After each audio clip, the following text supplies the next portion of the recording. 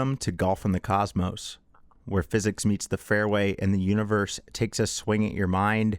I'm Kevin. I'm here with Andrew. How you doing? Hey, I'm doing great. How are you doing? Hey, pretty good, man. We got 9 in. Yeah, in those soggy conditions once again.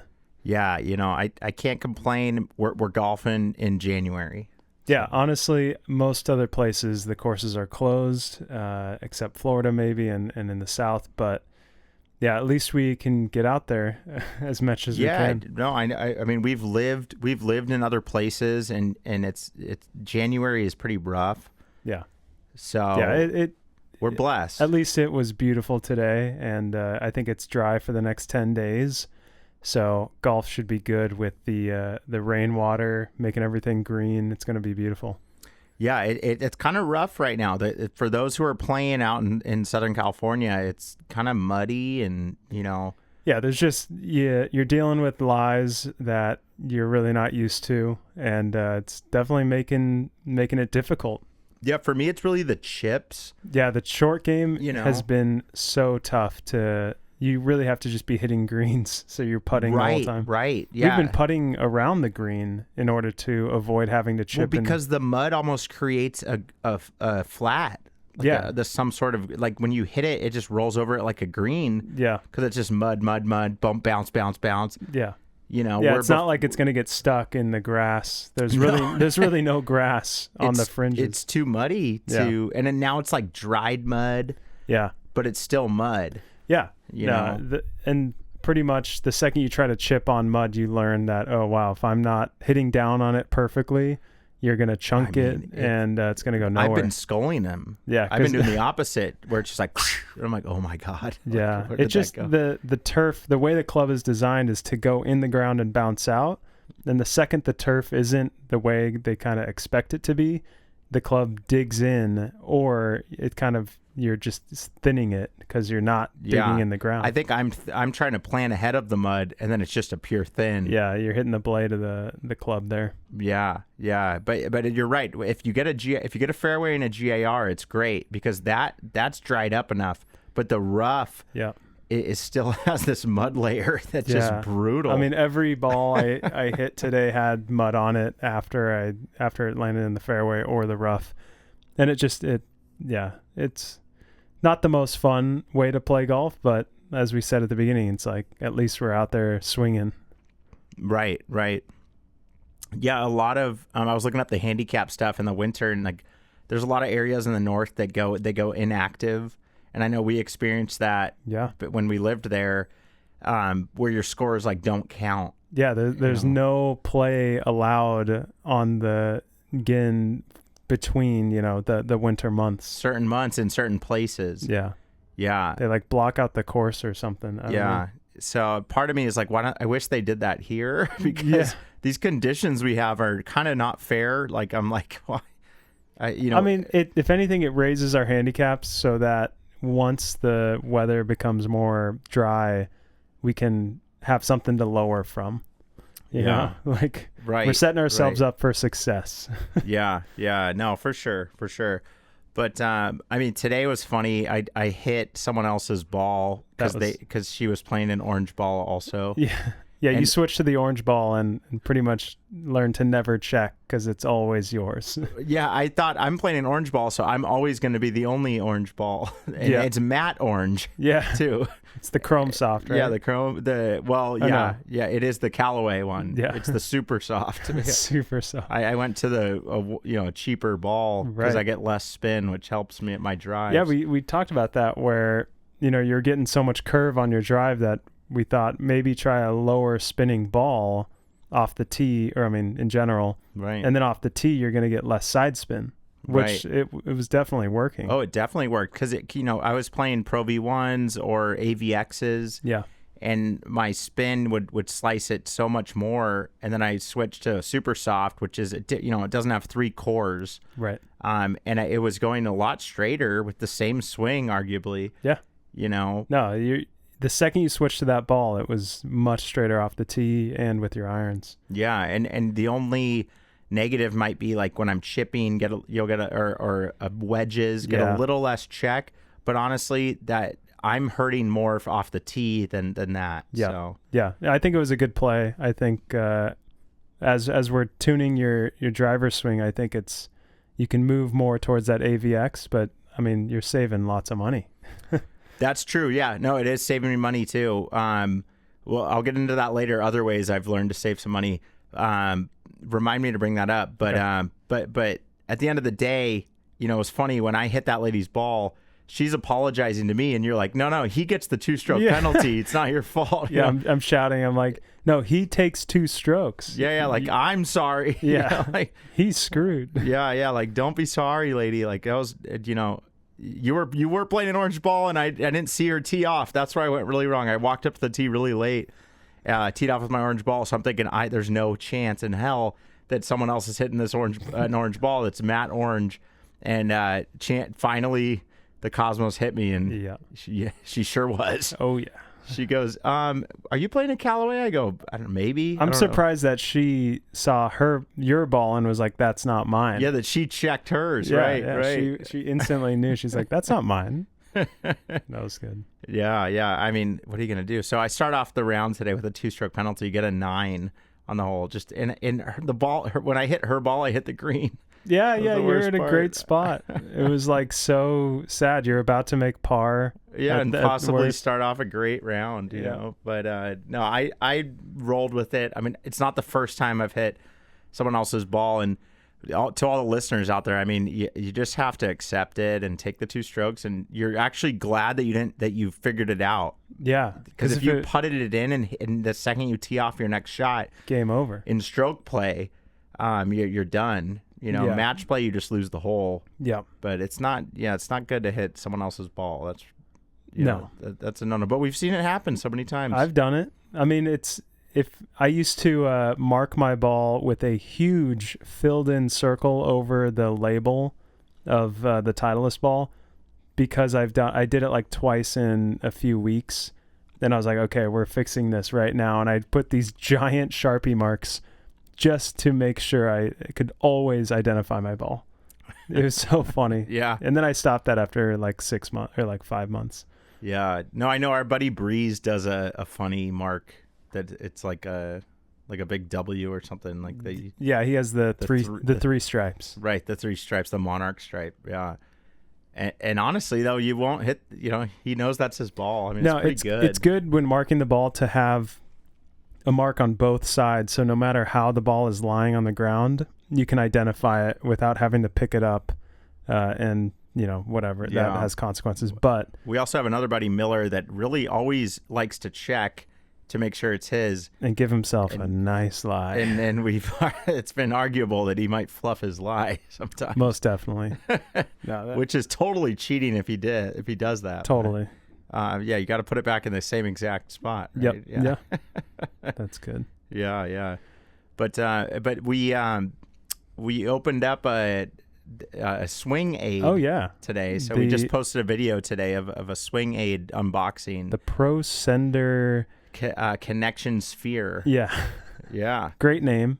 Yeah, I think it's pretty sweet. Yeah, it's cool. It's like big ball that goes in between your arms, and as you take your backswing, it maintains that space. You know, it's kind of like the towel drill, but it maintains that space, right? I mean, how would you describe it? Yeah, it essentially is like putting a ball in between your forearms, but it has some Velcro, so it helps it like stay on one arm as you follow through. But it pretty much, using it on the range would be really cool because you could hit some shots where you're really feeling that connection. And what we found is that it just forces your chest to turn back. And what's so funny, we saw someone in the group ahead of us taking a bunch of practice swings, and you could just see his shoulders staying pretty much still. He's just lifting his arms. And it's like, that guy needs the Pro Sender Connection Sphere. The ball would have never been able to survive the way he was swinging. It his was like right elbow, closing. Yeah, his right elbow was pretty much coming way back and separating from his left forearm. And it was just like, okay, I see why this training aid can help. Oh, I mean, I guarantee that guy's a 20-plus handicap. Yeah. I mean, yeah, for sure. He's going to be struggling.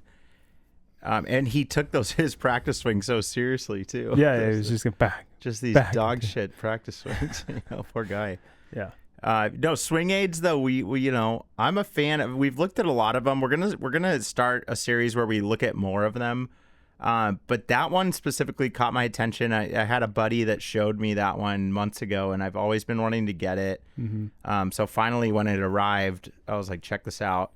And it did pretty. I mean, you were 2 under after 3 holes. I mean, it did you pretty well. Yeah, I think you survived as well. On the round. No, I survived 3 over on the front. So I mean, it wasn't great. Wasn't terrible though. No, and I would say when I hit shots when I was well balanced and swung through properly, like they were going very straight. Like I had very square contacts, and that definitely was a great swing thought, and kind of brings me to a point I wanted to chat about it, which is how many swing thoughts should you have in your mind during a round? Right. And well, that's kind of why I like the swing aid, because it kind of just forces me to be like, well, you bought this, so just think this. Yeah. Right? Yeah. And that's my thought is you should really only have one. Yeah. Like you should really only have one swing thought, because everybody's gone through that phase where you're thinking probably 3 different things throughout your swing. Well, you see those kind of viral videos where they're like, I was a single and I was paired, or the single was paired with us. That's really what those videos are. You know, where there were threesome, they paired us with this single, and he's going, he's like doing 18 things in his mind. Yeah. And you're going, wait, what? Yeah. And then he chunks it, and you're like, oh my God. Yeah. So, I mean, it just doesn't help your psyche when you're trying to play a game, but thinking about 3 to 5 things in preparation to that thing. Well, that's something we've talked about in the past, me and you, is like, are you playing a game, right? Or are you thinking about playing a game? Yeah.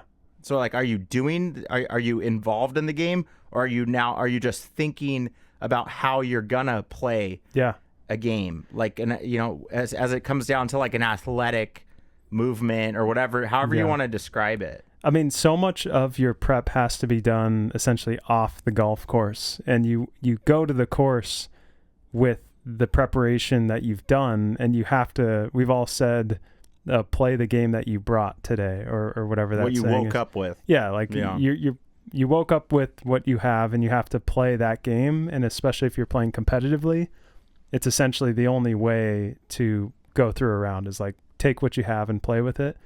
And so when it comes to like this game, if you're thinking about the game or thinking about the game, you're just in a whirlpool of thoughts, and it's not going to help you actually achieve the goal of this game. Yeah, I mean, like I know we're like in football season or college football playoffs right now, and NFL playoffs actually this weekend. But like, you think when the running backs, has a breakaway run and he sees a guy in front of him, he's thinking like, I should do a juke. Yeah. No, he just does it. Yeah, right? Yeah. There's no way that he has a second to go, I'm thinking about what I'm doing right now. There's no way. No, it's like that flow state in a sport like football or basketball where it's live and you don't really have time to think. You just have everything you've done over the past X amount of years. Yeah. So it's like it's essential to just get in that flow state as quickly as possible. But golf is kind of live the second that you're done waiting on the tee and you're ready, you're up. Yeah. It's like then it's kind of live. Like, so then what are you thinking, or are you playing the game? Yeah. Yeah. I mean, that's why if you can minimize the thoughts to just one swing thought or one approach to your shot, that can really minimize the after effect of all of the other thoughts that you might have. Interesting. So it's like minimizing it to one can really help you just focus on that one, and then it just washes away as you've done it throughout the round, and now you can play the game.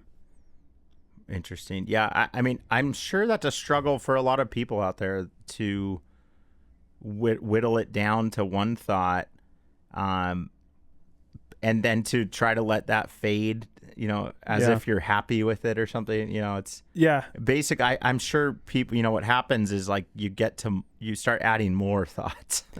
Well, you add more, or you forget about that one. I don't know. I've been reading before I go to sleep, and I've noticed this interesting thing where I'm focused on what I'm reading, and I'm in like the flow of reading where you're like, you're reading everything, but you're also like understanding. But then you start to fade, and your brain starts to go into this almost falling asleep. Sure. And like you start reading the words, but they have no meaning and they're just fading away. And so that's kind of what happens to a swing thought in a round. Like it's pretty hard to maintain the focus on a swing thought. Like you've talked about how exhaling slows your heart rate down. And you were trying to longer exhale. Right. And you were trying to focus on that, but you would forget. Right. Because like it slowly moves behind the front part of your thought. Right. And you start like forgetting about it. And it just reminds me of falling asleep while reading. Like you're trying to read, but you're dozing off. Mm-hmm. And that's when I just put the bookmark in and go to bed, even if it's only been a page and a half. Because I've realized that it's like, okay, once you get to that point, you can't continue that thought. Interesting. Yeah. I've been experimenting with melatonin going to sleep, and I think I took, instead of 2.5 or something, I took the full thing. and I was like, I felt like drunk. Yeah. Like I had like, it was like a headache. Like I was like spinning, Wow. So I don't know. You can overdose on melatonin. That's for sure. Yeah. You can. Speaking of, check out our video, the Microdose challenge on YouTube. We had a buddy do 5 holes, regular control. 5 holes control, 5 holes microdosing. Really interesting results there. So that video is getting a lot of pickup. But yeah, I wouldn't recommend trying to read on melatonin, dude. Never. No. I mean, real headache. For me, reading is melatonin, dude. I think that's the. I start reading and it just puts me to sleep. It sucks because I'm starting to really enjoy reading, but I'm like, damn, I have to do this in the morning. Well, wouldn't that be nice? Yeah, that'd be great. Well, that's what I think would be cool, to be like a writer and then write all day, Dude, that's why I make music, because it's so therapeutic in a way. The only frustrating part is when you have an idea and you get it halfway complete, and then it's like you listen back and it's like, how do I finish this? How do I complete this idea? And it that last 20% of making a song is very difficult. Yeah, no, that's cool. I mean, at the end of these podcasts, most of the songs are made by Andrew, so they're it's pretty sweet. The way that we've been able to, that the pod has kind of ignited a new like avenue to release music. Oh, it's a great, in a way, great way to make a quick track, and it's kind of cool. It's really fun. And you just joined a new band, right? Yeah, the Boys in Shorts. Boys in Shorts, I love it, man. And you guys have a show coming up, right? Yep, February 14th at the Tiki Bar in Costa Mesa. It's going to be good. I'm learning all of their songs. I think the set list is like 20 songs long. You're playing keys for them? Yeah, keys. Sweet, and mainly synth and other keyboard sounds. But well, and that's just, as everyone knows who listens to this, at the end, you can play everything. Right. So it's like the keys is just it's an interesting it's a challenge though, because keyboardists, most of the time we're trained pianists for professional bands or like studio artists. And so myself coming in as just a band artist, just playing anything. I am a trained musician, but playing keyboard requires a lot of your attention, because you really have every note you can play.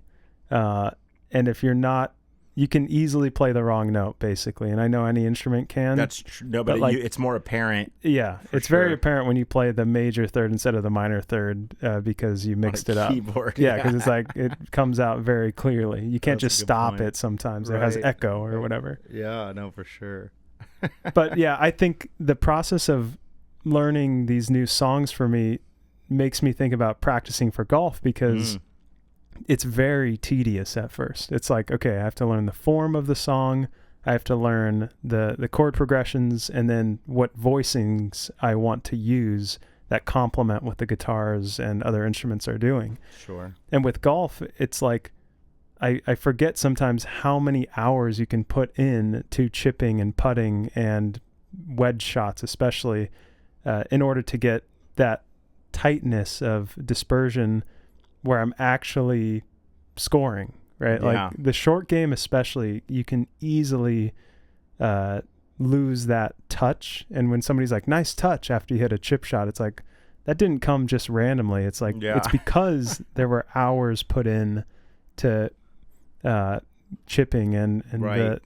the way I explain it is when you haven't chipped in a while, you feel like you're a mile away from the club face, right? You feel like that club face is way over there and you're barely even connected to it. Right. But once you practice, like you actually feel like your hands or your mind is the club face. Right. And you can actually like control it in really small ways that you wouldn't be able to if you didn't practice. For sure. No, it makes me think of like, the new, this New Year's I happened to just be at home for the first time in probably many years. I've heard a lot. I was at home, and I think a lot of people stayed home this year. I don't know why, but everyone I talked to at work is like, yeah, I just hung out at home. I'm like, interesting. So I watched a lot of like just TV, and everything was sponsored by Planet Fitness. Oh yeah, I noticed how much New Year, New You. Right. So it just makes me think about there's so many new people going to the gym, and then our Breeze, who goes to the gym all the time, is like, he's always at the gym. He's like, oh, we're just, it's gonna be shit during it's January, February. There's gonna be all these new people, and then the regulars will just hold on. It's kind of like the regulars say we take January off. Well, they don't take it off, but they just know that there's gonna be so many randos in there. Yeah. But I wonder how the driving range. Or the chipping range. Like, don't you think people come in and go, this New Year, I'm going to practice golf every day? Because I'm kind of thinking that. I'm like, New Year, new me. I'm like, let's just do like an hour per day. How about a week? An hour per week of non-playing the game. Right. Of like just trying to like do reps. Yeah. I really love the idea of all practices is just reps. It's just swinging the club, making that ball hit the club face. Like that's what it is. And that's kind of what excites me about the swing aids, like following that road a little bit more. Yeah. And we're going to have a lot more videos about these aids. But like if I go to the range for a practice session and I have like, whatever, my swing aids for this and that, at least I'm like guided by some sort of higher power of whoever has the patent on the swing aid. Yeah. I don't know. You're definitely guided a bit. I mean, it's not just making something up. Yeah. You're at least following some guideline rather than making it up yourself. Yeah. And it's like, the best New Year's resolution to me is like, I'm going to hire a coach. And I put aside $12,000 for my coach, and it's going to be spread out during 12 months, and I'm going to have 4 sessions per month and meet with my coach, and it just gets really expensive. Yeah, it doesn't end either. I mean, this game, especially golf, is incredibly expensive and very unattainable for so many people that practice. Sometimes putting and chipping is the only free thing, which is what's so nice. You can walk to almost any golf course that's public. They don't really charge you to putt. Never. I've never been charged to putt. I think that's a good point. Like, courses do not charge you to practice putting. No, and that is the most important part of the game. Yeah, so like if all you need is the time, and then the greatest impact on your game could be using a free putting green. Yeah. Yeah, it's a great and doing the gate drill with 2 tees. Yeah, Tiger's favorite drill. Yeah. Hitting the center. People think I got to hit the center of my driver. It's like you actually got to hit the center of your putter too. Right. To get consistency, and consistency is what allows you to make decisions. Like if you aren't consistent, how are you supposed to be confident in any decision you make? So even on the green, if you're not consistently hitting the center of the club or having a square face at impact, like, how can you even read a putt? How can you get the right pace to make it? It's like, it's not going to happen. Yeah. No, for sure. I mean, beyond that, I would say, like, hitting off grass is nice, but the grass has to be kind of good. Yeah, right now it sucks. So right. So there's no I would point. almost say go to a mat, but I've had experiences on a mat where I hurt my wrist because you're actually hitting on concrete. Yeah, the mat can fuck you up. A shitty mat can break your wrist. Yeah, I rarely hit on mats. It's so bad for you. Oh God, yeah. I really try to avoid them, Yeah. So clearly go spend your time on the green when conditions are soggy, because the range is kind of mediocre and you don't want to hit off mats. Well, it's like if they have new mats, like it's really about how much how many inches is between the concrete. Rubber and turf between the concrete and the ball. Right? Don't you think? I mean, yeah. So I don't know. It's interesting. At Rancho, Rancho Park, this is in Irvine. I noticed I haven't actually been to that range recently, but I noticed they have like TrackMan style stuff now on it. Oh yeah. So like I kind of want to try that out. Like if I can hit off a map but then get data, right? Like okay, then you can essentially start seeing how consistent you can get the data and not even care. Right. Because on the range, what's so hard is the visual. You're hitting into dirt or maybe other grass, but you can't really see. So if the TrackMan is there, then it can really help visualize your shot. And I don't know if it's TrackMan, but it's something. It's whatever it is, yeah. I mean, if it's giving you spin rates and distance, then it's valuable. But also the golf balls you're using aren't real. That's the other problem, yeah. So you're always going to be limited there. But does the spin rate change depending on the golf ball? 1,000%. Even though it's catching that right at the moment of impact? We already talked about how your super softs get less spin than an AVX. So you're saying if I put an AVX on a TrackMan and then put the super soft, I'll have a different spin rate. Yeah, and when they do club fitting, they go, what ball do you use? And you can grab a bunch of those, or maybe 4 of those balls, and then get a fitting with your golf ball. So it makes a difference in the numbers. However, it can be minimal when you're trying to just figure. But you can get relativity. You can go when I did my elbow here, I got more spin. When I did it here, I got less. That's and then you can take that back to your golf ball and go, okay, this is the right way to get less or more. Good point. Yeah. Right? Like at least you can get, it's still accurate. Yeah, it's even though the golf ball is a piece of shit. Yeah, meant to go like 70% of the distance so that you don't hit it out of the range. Yeah. Yeah. Well, I think they've just been hit so many times. Well, the worst is when a range is really short, and so they get these distance reducing range balls, and it's like so. Oh my god! It's like frustrating to hit off. That's like beginner tennis balls or something. Exactly, like deflated tennis balls. Yeah. Oh, good lord. Yeah. Well, and if people out there don't realize the pros, like I used to be a caddy. I did a pro-am event, the Rocket Mortgage in Maryland. And it was the Wednesday before the tournament. Tiger was actually at it. But the pros, they go to this little tent and they tell a person, they tell them what golf ball they play. Like, hey, man, I play, Bridgestone this. Yep. I play Titleist this. And they have pre-made bags of those balls and they hand it to them. And then they take that to the range and they're hitting a bucket of whatever ball they want. I play TaylorMade this. Yeah, like there's no range balls on tour at the range. Like when you're you see the range when they're like, oh, Golf Channel on the range. Right. Those aren't range balls. Not at all. They're literally playing the ball that they prefer. Yeah. The exact same ball. The same ball. And there's there's like a $400 bag of balls that they're hitting on a range, and then somebody goes, picks it up, cleans it, and sorts it. Yeah, and then probably resells them to us. Yeah. Like. Or later on. That'd be cool. If you could buy range balls that the pros hit. I mean, I'm sure that they do sell that. They must do something with them. Maybe they take them around tour. Like whoever runs a tournament, they I don't know, man. I think they're ship them, because what do you think, they bring brand new I guess they were balls? only hit once. Yeah, so, I guess I would. I mean, they definitely use them all 4 days. They clean the range and reuse them the next day. Maybe, yeah.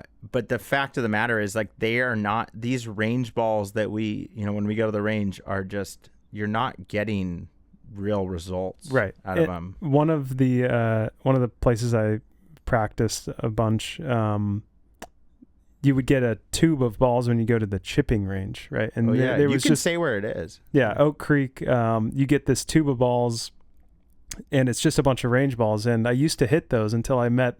And this is the chipping the chipping area. Chipping area. To be able to hit there, you had to get this tube. Yeah, you have to pay to chip, right. And so you would get this tube. It would kind of signify, oh, you're allowed to be there. And I was using those for a while until I would go there at like 6 a.m. with my dad, and it was like we were using those, but met these 2 older gentlemen who were super cool. And one of the guys was like, never use those balls. Use the ball you play with. And I was like, really? And ever since that point, I would get an extra box of balls and use that to chip with.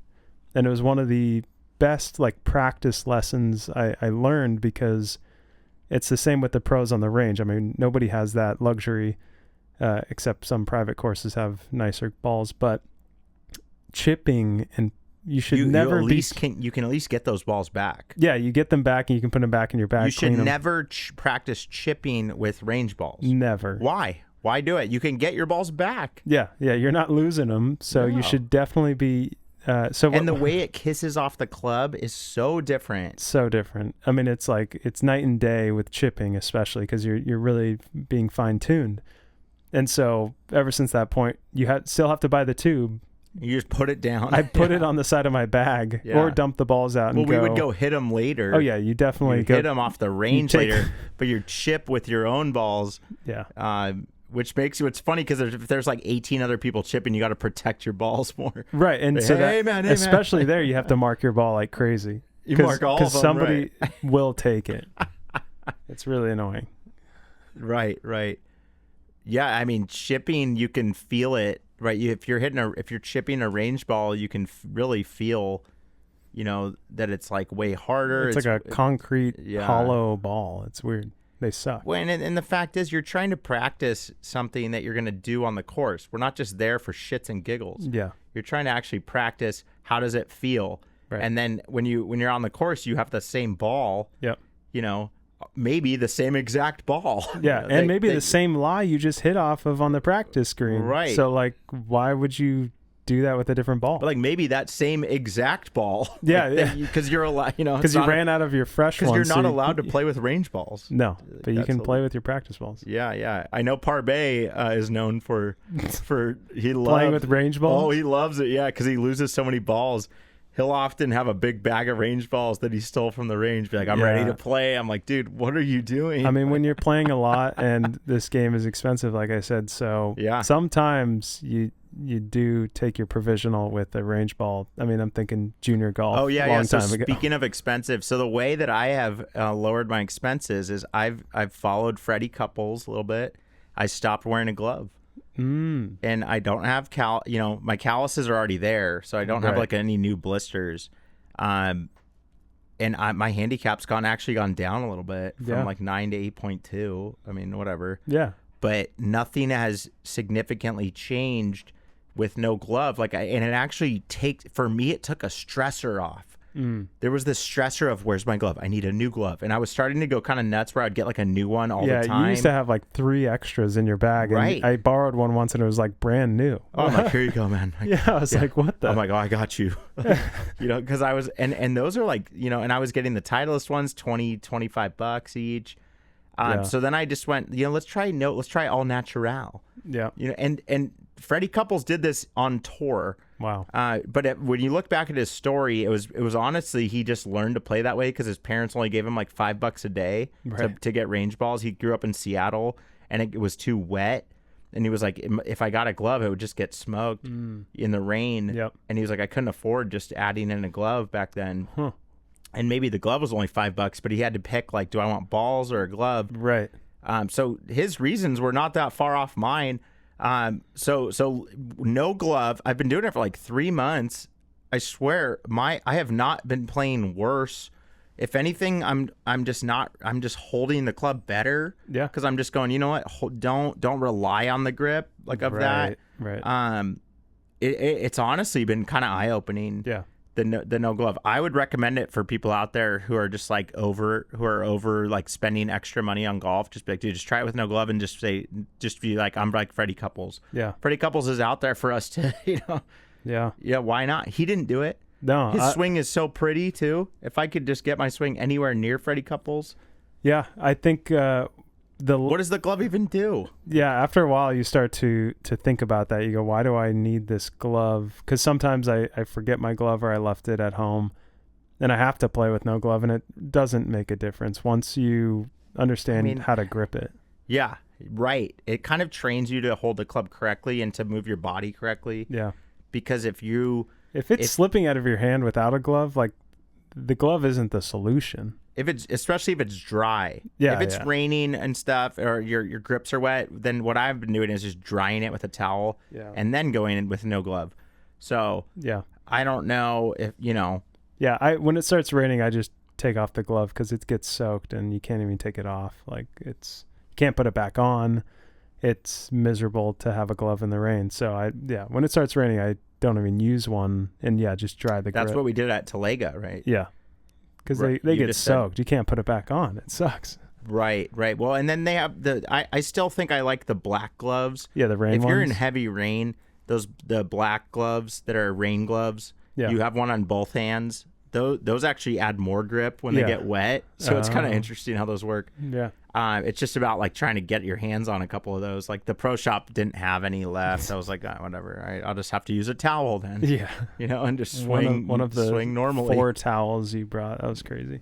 Oh yeah, when it was raining, I brought a dry bag with 4. That's the caddy in me. Right. That was smart. When I was a caddy, if you didn't have a dry towel, you're basically not getting tipped. It's honestly, because it's like they're like, "Hey man, can I get a dry towel?" It's like I don't have. They're like, "What are you even here for?" I'm like, I honestly don't know. Yeah, I don't know why I'm here either, man. Yeah. Why am I here? Yeah. Maybe I should not do this. So it's like so you'd keep the towel. Like if you only had one towel left, you'd keep it under your shirt. Yeah. You'd keep it under anything to not get wet, because the umbrella is my favorite. Oh yeah, my favorite vibe. But then it broke your umbrella. Yeah, because that thing's a piece of crap. We would try to put the towel in the umbrella, and it started breaking the arms, bending the shitty aluminum arms that held it open. Yeah, that sucked. But I mean that's kind of the theme for me right now. Is just this fucking winter has been so brutal for so many people's golf games. It's like, but, does it get better? And it's like it does. Yeah, but. I mean, this kind of makes me think of when you're playing conditions that are soggy or whatever the conditions are, you're playing the same conditions everyone else is. Sure. So you constantly have to remind yourself when you're in competition or even playing with friends, betting or whatever, that like whatever you're going through, everyone else will go through or has gone through. And like just keeping that perspective, knowing that you can't really blame the course conditions because somebody else could be in that same spot. And especially when you're playing in a large field of like 70 people, like people not in your group are going through it. And so you just have to accept that that's the situation. But it puts fairways and greens at a premium because the guy that you played with last week, K-Con hits the greens more. Yep. And he shoots a lower score. Yeah. A much lower score, actually. But I think just 3 strokes. Oh, okay. I thought you were 11. He was 4. No. Oh, no. He was like 6. He 7. Was going to be 4, and then there was a river by the hole. I see. And he 4-putted. Got it. So it eventually caught up to him. Well, yeah. Okay. Well, yeah. So, you're right. I mean, it's all relative. In a sense, everyone is going to play those same things, but it just as a personal golfer, it's frustrating. Yeah. Just personally, because I had to play around by myself recently. I used to play by myself a lot when I was in Florida. Because I didn't live by all you guys. But now recently, I was like, you know what, fuck it, I'm gonna go out. I'm gonna go play Rancho, and then they were like, yeah, no one's with you. Go ahead. I was like, okay. I'm in thick rough. And then I just can't find my ball because it's not mowed, and I'm there by myself. No one's with me. And I just kind of lose all relativity of like, oh, no, this isn't happening to anyone else. It's only happening to me. And, right. So I actually had to rage quit, essentially. I rage quitted. I picked up or I finished the 10th hole and then closed out because you can do 9 on your handicap.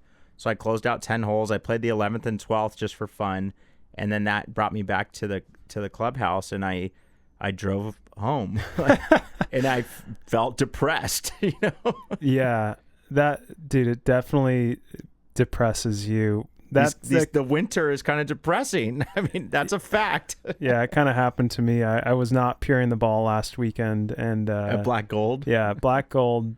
At least you finished 18, but you were with people at least. Yeah, it was a team effort. We were all playing through the rain, and other people were heading in, and we were like, we're so other people quit. Yeah, we were on 16, so we're like, we got to do this. And it was starting to, the rivers were showing up on the greens. Jesus. If we were any earlier, who knows what would have happened. But, yeah, I'd say that it's So just like. You felt a little bit of what I'm talking about. 1,000%. My game suffered dearly from the soggy chipping conditions and just not as many pars as I'm used to. So it was tough. It's no fun. It made me go, I'm never playing in the rain again, unless it's a tournament, because in a tournament you're playing for something. So Right. yeah, it sucks. No, it's definitely been interesting, and we're just so blessed that we can even play during these months. Yeah, I mean, it's not snowing.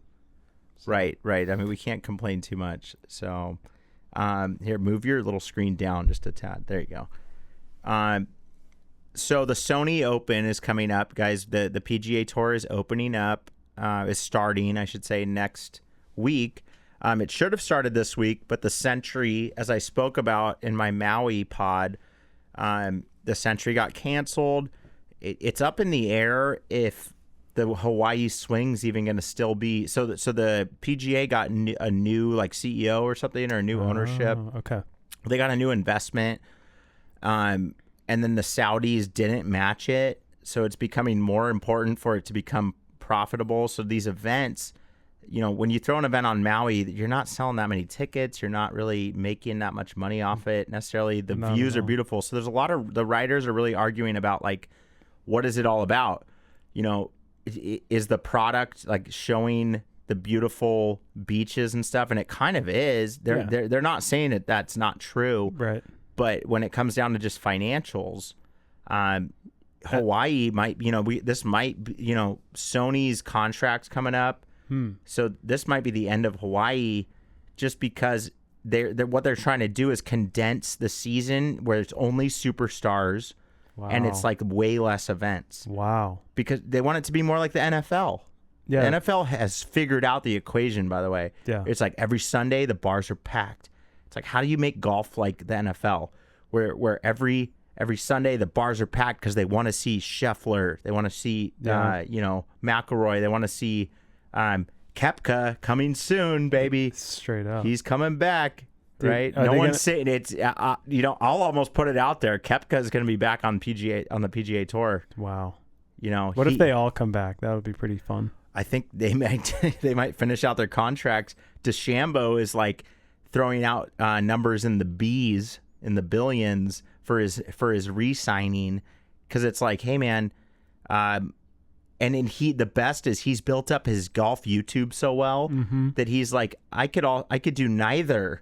Yeah, I could just do YouTube and make my money for a couple years and like let all this play out. Like, so he has that in his back pocket, that he's worked so hard on DeChambeau's YouTube that he's like, well, you got to pay me like a couple, $1.5 billion, or what's the point? And it's like, at a certain point, he's got to, Well, if the PGA Tour is thinking financially, then the players have to be thinking financially, rather than a game about like who's the highest performer. It's who brings in the most dollars. Well, no, it goes both ways, right? And this all kind of ties back to when we talked to Tony Krasinski, like that. There's memes going around about, oh, sorry, honey, I should have stayed in college to be a 6th year senior and played college football, but instead I joined the NFL draft. Right. Because he got paid less in the NFL draft than he would have in college, because they get paid now. So it's like, it really comes down to everyone's a mercenary and everyone's protecting their own brand. Yep. And so DeChambeau's going, all right, Brooks left. That now I'm worth more to you, Liv, because you don't have Brooks. Yeah. So that raises his value, because he's like, now you need me more. Wow. And they're like, shit. And then he's like, well, I could also just go do YouTube, because he's making money on that. Mm-hmm. So he's like, well, and then the PGA is going, well, we only have a 1-year waiting period. So Brooks is like, I'm happy to take the year off, and then he'll be back, in force. Wow. I think in less than a year, we're going to see Brooks back on the PGA Tour weekly. And then when they fix the tour, where it'll just be 18, 20 events only, 18 events with just stars, boom, hitters on every single event. I mean, again, I said in Mexico that this hurts people like you who are trying to get on tour. Of course. This is not good for you because it's like you don't have the same avenues anymore. But the Corn Ferry might get bigger. Right. There might be more events in Corn Ferry. So, I don't know. That I mean, it's so interesting because you're right. If they reduce the schedule, because we've all seen those middle tournaments with the essentially Corn Ferry people playing, and some random wins in whatever country or wherever it is, and you're just like, this isn't interesting.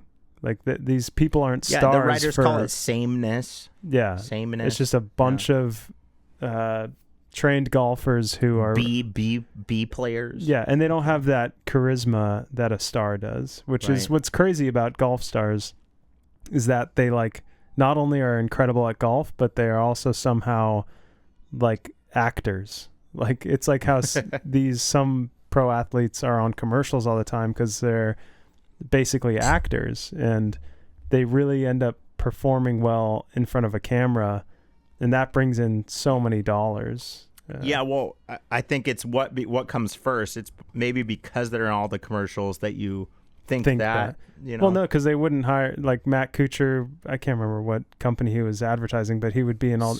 I think Bridgestone probably. Yeah. But and Skechers, but like he's just has an ego about him that is hard not to look at. So a lot of these golfers are actors, and you see the ones that aren't. They aren't on commercials. They struggle to like they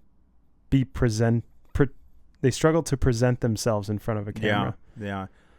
Yeah. No, I mean, I don't see like Scotty Scheffler on that many commercials though, you know. Well, because look at him in an interview. He's the most boring person to listen talk. He's like, I just do this kind of because I love it, and that's it. I don't even know why I'm the best. Right. I still want to watch him golf, but to be honest, that's kind of like there's a couple live guys that I would love to see week on week take him on. 100%. Yeah. And that's like what we're missing, and so we'll see what happens. I mean, but I know for a fact there's changes underway where everyone wants to be the NFL. Right, the 18 weeks that are just heavy hitting, massive viewers, like, you know. So they're trying to get somewhere like that, where these guys will play every week, right? Because it's like worth it. So that's kind of what we're getting at with signature events. I spoke about this a little bit last week, but the changes the PGA made because of Live, right? They started making no-cut events. Right. Where it used to be every event had a cut, and it's like if you sucked the first 2 days, you don't make any money. And it's like, well, thanks, better luck next time. Yeah. You know? Yeah, no, I mean, that's how golf has been for the last 100 years, essentially, where it's been this game where only the best performers make it. Yeah.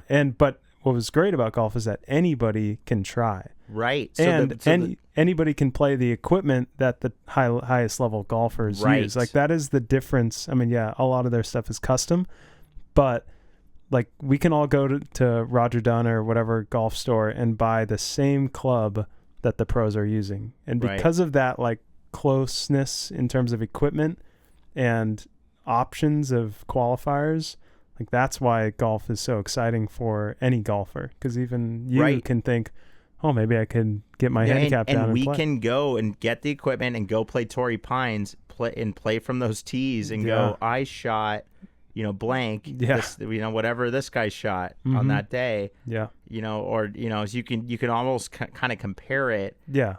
Where like tennis is funny because it's like you do need to play an opponent. Yeah. And you play in golf, you just need to play the course. Yeah. It's been the most cool part of golf is like, wow, I played this course in Monterey that all of these pros got to play. Yeah, MPCC. Yeah, that one was amazing. That was sweet when you got to play that at caddy. Dude, to qualify, just a side story, I think you were there when I qualified. Brookside, baby. At Brookside, and I made a probably 80-foot putt. Hell yeah. That was the difference. Like, you won by 1 stroke. Yeah. It was something like I shot even. What was that called? The California Amateur? Yeah, the California Amateur. And it was, you had to go through local qualifying, and then after that you got to go to the championship, which was at MPCC. Yeah, Monterey Peninsula Country Club. Dude, insane. Which is one of the, at least it used to be, I'm not sure if it still is, but it used to be one of the 3 days of the AT&T at Pebble Beach. I think it's still, you're right. It used to be. I don't know. I think they may have gone Spyglass. No, I think it's Spyglass, MPCC, and then Pebble Beach, obviously. Yeah. It was a hell of a course, man. Even the practice round, I probably enjoyed the practice round more. Yeah, because I think I hit a couple shots. Yeah, that was fun. I struggled to even hit a shot once we got in the game. I mean, the nerves were higher than ever. It was the biggest tournament I played. Right. And I at the time it was. Right, and you saw the quality of the other golfers. I was like, wow, I'm like a mile behind these guys. It was crazy. Yeah, that was impressive. And it was just a stroke of but you played well at Brookside, but it was a stroke of luck on that 80-foot, the 75-foot putt. Yeah. To drop, but you still had to hold on. I played well, but I remember but we were so comfortable for whatever reason in LA. And then we drive up to Monterey, get a hotel. We're like, holy shit! You know, we all started doing weird shit. Dude, it was insane. We all started just acting crazy. We all did start acting crazy. It was like the weirdest. But that's what happens. Yeah, and that's why you have to, this game is a game of failure, and it's just like the guys who are there, they've gone through that failure. Almost nobody, maybe Scheffler and those top guys, won everything as juniors. I highly doubt that, by the way. Yeah, I guess Tiger might be the only person who won. No, I guarantee he went through some sort of junior failure. Yeah. We were talking to some guy today, and he asked if I played the AJGA, and it's like junior organization tournaments that are held around the U.S. And I was like, I think I played one of those and lost brutally. I didn't tell him that, but I was like, I played a couple. Just brought back you're like, I was like, I know Indian Wells golf course. There were 2 courses. It was a 2-day, and I struggled. Instant memory back to exactly where I was. Yeah, that's part. I guarantee you, all those guys that are successful went through massive amounts of, like you said, it's part of the game. Yeah. And that brings you to one more idea that you don't have success without failure.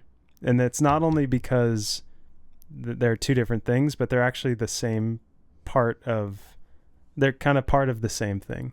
So are we getting into more of your Eastern readings here? But it's just one simple idea where the successes, you don't feel them without the failures. And so, in other words, there's no crest without a trough in a wave.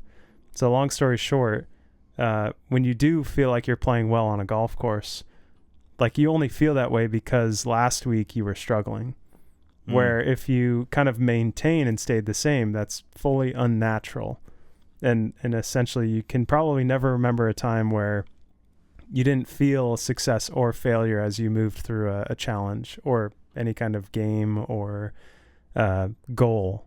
You either win or you lose, but either one can't exist without each other. So that's pretty much the idea. No, I know you were telling me about that earlier. That it's the book you were reading was there's a wave, there's a trough, and then so you can't have good feelings can't exist unless you had bad ones. Right. And so when you vice versa. Right. And when you go through the good or bad, how can we maintain a consistent composure in order to not let any of them affect you so that you're compounding the negative ones? Yeah. It's just hard for me to stomach that when I'm playing so good. Like in Mexico, 5 birdies and an eagle. I'm like, I can't even imagine playing bad. Right. It's just a weird. Yeah, you can't. But I almost should be like, this is, I'm on a high and I can't, it is going to get worse. Well, so maybe getting ahead of that, because now it's fucking worse. Right. So like I'm fucking pissed. Well, the worst thing is KCON. When I remember I was playing really well for like a few weeks, and KCON's like, it'll come back to you. Like, he called it. Yeah, he's like, he's just running hot. Like he'll fall at some point. I'm like, no, you're wrong. But in reality, it's like, of course. Oh, he was right. Yeah, of course. It's part of the game. There's a lot of but how do you, entertain that? How do you use that idea? Right. How can you use that, in the right way? And that's kind of what you're getting at. That's the hard part. Yeah, that's like, the hard part. It's going to happen to everyone, but it's like, how do you it's internalize well, it's like that? Ideally, it's kind of like the S&P 500, right? You see it. It's if you zoom way out, it's going up, right? Like you see from 1950 to now, it's like way higher. Well, everyone loves saying that. Yeah. Right. But if you zoom in, if you put $100 in 1965, you'd be a millionaire. Those tweets or threads are so annoying. It's like, what would you have if you put $1,000 in Google in 2000? It's like, whatever. But along that idea, it's like if you zoom out, you see the upward trend, which is what we're trying to do with our handicaps. We're trying to zoom out at the larger trend and see it going down. But if you were to zoom in to the last 6 weeks, you would see it going up and down like crazy. So at the end of the day, it's kind of like, okay, when you are going through tough times in golf or life, like how do you zoom out just a bit to see the general trend as like, oh, we actually are going up or, in the right direction. Sure. So that's just having perspective. And when things are good, it's like, it's so easy to get in that flow state. Yeah, it's probably better for when things are going bad because sometimes when things are going bad, you're going, you're like, it can't get any better, but it's like, because you're in a low, it almost has to get better. And I think that's probably hard that's why people throw their clubs in the lake and shit. Yeah. Cause they act, it's kind of like, don't let yourself throw the clubs away just because you're playing poorly for a week or 2 or 3. Cause at the end, it's like, you're in the trough and you have to realize it will come back up.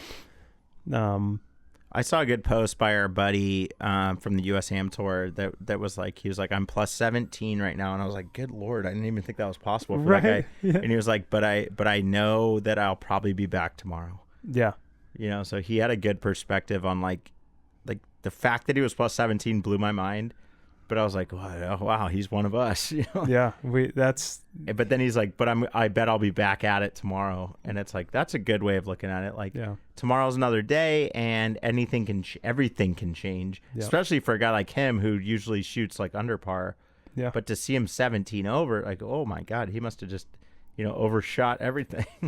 Yeah, who knows? I mean, missing, and then he got sick. So like, it's like, who knows? I mean, it's like his swing. It's funny. He swings so hard that it could possibly go south. Yeah, especially if he has the flu. Right. I just you would think that, but that's a winning swing some days. You just have to be on the up when you're in the competition, and then. Yeah. But that's why it's 72 holes for these pro tournaments, because like. That's the ultimate test. Can you go through? He won a 72 hole. Right. Yeah. So it's like, can you go through that amount of time without a screw up? Yeah. So, which when I played the USAM National Championship, I was tied for 4th or 3rd going into the final round, and then were paired with this guy. Yeah, who ended up shooting 5 or 6 under and winning, and I shot 3 or 4 over, something like that. Yeah. So it got really. Yeah, but it's just one round. But I couldn't hold on for 72 holes. Right. So and he peaked actually. He peaked on the final day. Yeah. He had a caddy, right? Yeah, he did. And you didn't? No. Yeah. Sometimes I feel like that adds the extra. Well, it both gives adds you a little more ammo and takes away. If the caddy is losing energy more than you are, right, then it can bring you down. Right, the right caddy. You have to sync up, so you almost have to like live with each other. And I don't know. Yeah, there's something that, or at least when you meet up, like he needs to be really fresh. Right. Yeah. So, something. It's funky. Yeah, but it seemed to work. Like I don't think that's a coincidence that guy won the 72 holes and had a caddy. No. I think it was actually tied together. that he connected with that guy for those 4 days at least. Yeah. I mean, I could be wrong. No, they seemed like good friends, and that's kind of all you need in a caddy is just someone you can chat with the ups and downs. But you need that energy from them. Yeah. They can't have a low. That's what I'm saying. Like if you're not synced up and they go low on round 3 and they're low energy, then now it's hurting you. Yeah. And you almost like they should just stay home. Yeah. You'd rather not have them there. Yeah, we'll see. I mean, the US Am Tour Championship is national championships back at the same place in Oregon next year. Yeah. Did you already pre-qualify? No. For it? Okay. I was off by 1 placement. Okay, so we'll get back in it, I'm sure. Yeah, easily. It's like flight based in Bend, Oregon. But yeah, if you guys have, I mean, we'll shout out US Am Tour. I mean, they're pretty cool guys. Oh yeah. It's good competition. There's good guys in it. You can just play a few events and kind of qualify your way into if you want to go to Bend, Oregon, which I highly recommend. It's a pretty sweet place. Yeah, Sun River. It was great. Sun River Resort. It was a good time. I mean, I'm just pretty excited that they're doing it there again. Yeah, and then like every other year they're doing it there. Mm-hmm. Yeah, they obviously had a good time, and I'm sure Sun River benefited, and so that they've probably made an agreement to come back every other year until 2030, I think. Right. Yeah. No, I'm a big fan of that tour. But yeah, I mean, it's a good. It's a good test. I think playing tournaments, playing competitive golf, is always good for us. And gross competitive, not net. Like when we play with all the buddies, it's like it's a net game, and we're essentially all playing ourselves and just trying to beat our handicap. Right. Where this tour groups you with people in your same handicap, and then it just goes whoever scores lowest. And it's like handicap does hold true, but in a tournament, it kind of all goes out the window, and you're just playing against guys who are also good or at your level, and like you can beat any of them any day, and they can beat you any day. So it groups it. So I'm in like an 8 to 12. But the cool thing is when we start playing, the 12 doesn't matter anymore. It's like whether I'm an 8 or a 12, that guy doesn't matter. We have to shoot. We have to whoever lowest score wins. You're in the championship, so it's scratch. Yeah, it's like 0 to 4, or it's like 3.9 and less. So you could be playing against other pluses, but the championship, it's ultimately those guys are all capable. They're all capable of shooting low and high score, like in the 80s or low 80s. So it can happen. Yeah. You're right, though. It's it's kind of annoying when you're applying the net stuff.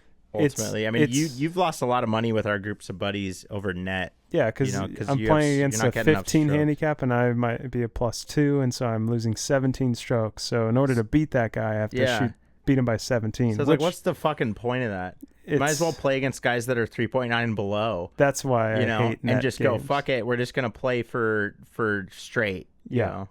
So. That's what I like to do, because sometimes that's why the US Am Tour is so great for you. Yeah, just play guys straight. Yeah, it's the way golf really is. Like, how do you get the ball in the hole in the least amount of strokes? Yeah, like let's not add all these things in where you stroke on all these holes. Yeah, and it's not like anybody is actually handicapped, like has a bum leg or anything. It's like in reality they could get just as good, but. They just don't practice. Yeah, they don't practice and don't strength train, They don't do Pilates as much as you do. But like Miller, yeah, literally. But like Miller, have you played with Miller recently? Oh, yeah. Dude, it's insane. He took me out to Aliso Viejo Country How'd you like Club. his swing, his driver swing? Looks a lot better. That's all me, you gave man. him a lesson. I gave him like one lesson, and he's bombing drives an extra 15 They're going yards. straight, too. Dead straight. It's in. Yeah. I watch him play, and I go, damn, if his handicap I think he shot an 80. He like really did well. Like I witnessed the whole thing, and it was impressive. It's impressive, and I would love to help more and more golfers. It's fun. Well, that's why we're gonna start at the sim at Miller's Sim, which I'm sure a lot of you know about. Check out golfinthecosmos.com. There's a link on the left for budget sim. We have the links to all of Miller's sim stuff. I mean, if you have a garage or just like a room, even like everyone should build this. but you're going to start doing lessons from there, and we'll start to kind of spread the love of, these things that you've learned. You guys were sitting here with a +2 handicap. That means he's better than scratch. Okay. So we're, I know that people, we've had some hate comments that they're like, fuck this guy. I don't care what the 9 handicap thinks, what the -9 handicap thinks. But it's like, hey, but don't forget that Andrew's a +2. So he has some actual, listen to him. I'm just trying to move this thing along. But yeah, on the sim, we'll start to do some lessons, right? And try to get those out there. So maybe we can help some people. I guarantee we can help some people. And there's so many content creators that are making help videos, but it's there are tiny things that can make a big difference. Not only every swing is unique, so it's hard to generalize a swing idea. No, but you have a pretty good outline, I think, in your head of these 20 handicappers, these guys that shoot 100 all the time, maybe 90. Yeah. I think you have some little things that can really help, because I'm an 8, but you still help me every day. Yeah. I mean, if the goal isn't to lower your handicap by 4, because that takes a year, but it's, can we lower it by half or 1 over the next 3 weeks? Can we just not go up? Yeah. Keep you from going up, but it's to lower one point on your handicap is actually a way bigger deal than it feels like, because that handicap is an average of your last 20 rounds. So it's lowering it by 1 is actually a huge difference in the long run. Right. And once you actually go down, you don't really go back up. I think you were a 10 a couple of years ago, and now you're an 8-ish. Yeah, I've been kind of hanging around there. And you hang around. So you actually it's a good point. You don't really lose handicap points over time. Yeah, those, right. Because it's actually a mental decision on the course that kept you down, and you figure that out. I'm going to do this now, and then your handicap goes down. You're like, I'm going to keep doing that. Yeah, and you never not do that ever again. Then you find the new thing that brings you down more. Yeah. And you go, I'm going to do that more. Yep.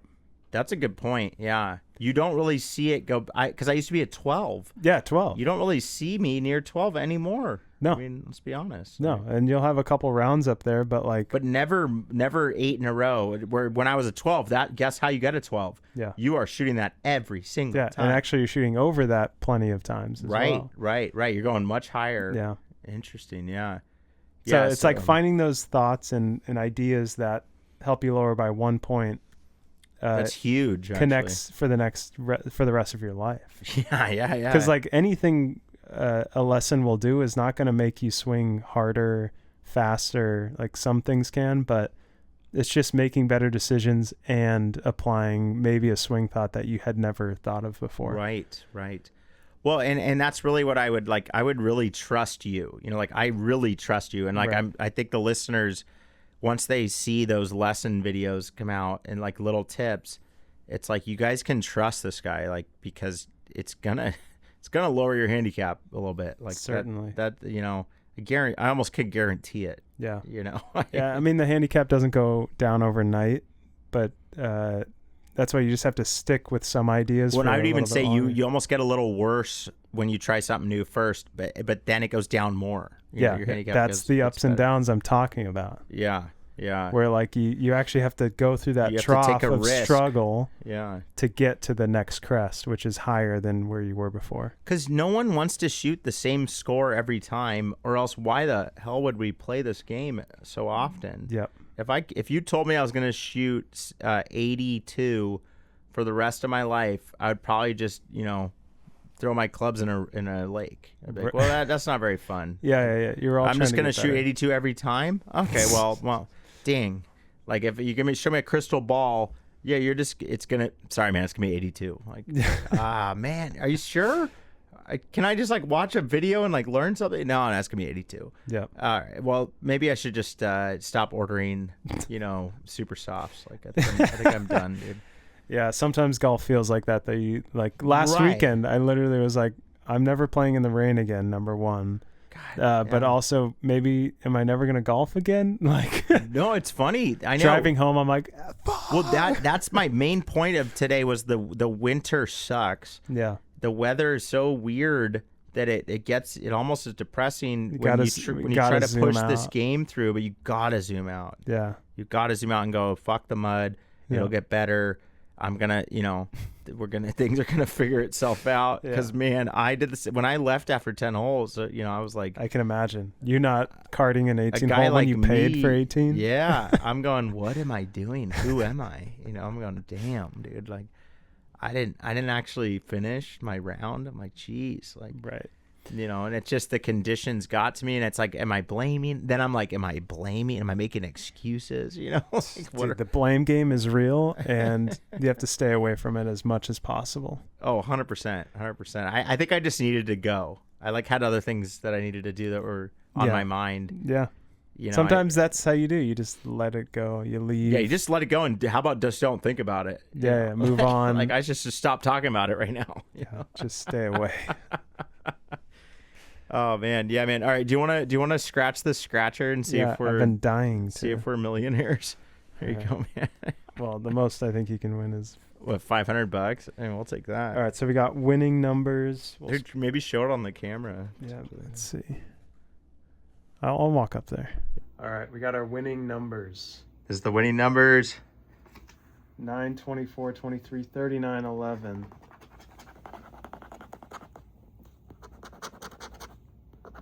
26. I don't like when they're all close like that. Dude, these things. 38. That's fucked when it's not 39. 36. 8. 4.